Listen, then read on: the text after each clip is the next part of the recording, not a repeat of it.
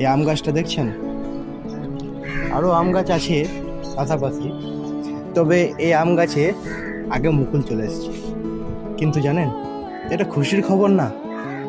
সময় থাকতে আগে চলে আসা মুকুলটার কোনো মূল্য নেই, কারণ সেটা ঝড়ে বাদলে, কালবৈশাখী ঝড়ে হোক, সেটা পড়ে যাবে।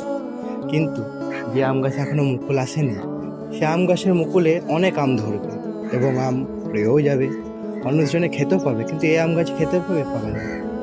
ঠিক এমনি মানুষের জীবনে কিছু কিছু মুহূর্ত বা কিছু কিছু সময় মুহূর্তের মতো আমাদেরকে অপেক্ষা করতে হয়। সবসময় আগে যাওয়া, আগে করে ফেলা, এটা উচিত নয়।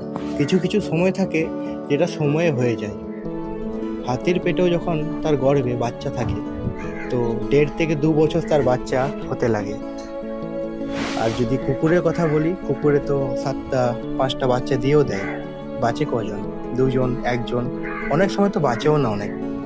তো মন রাখবেন, সময়ের মূল্য দিন এবং সময়ের অপেক্ষাও করতে শিখুন।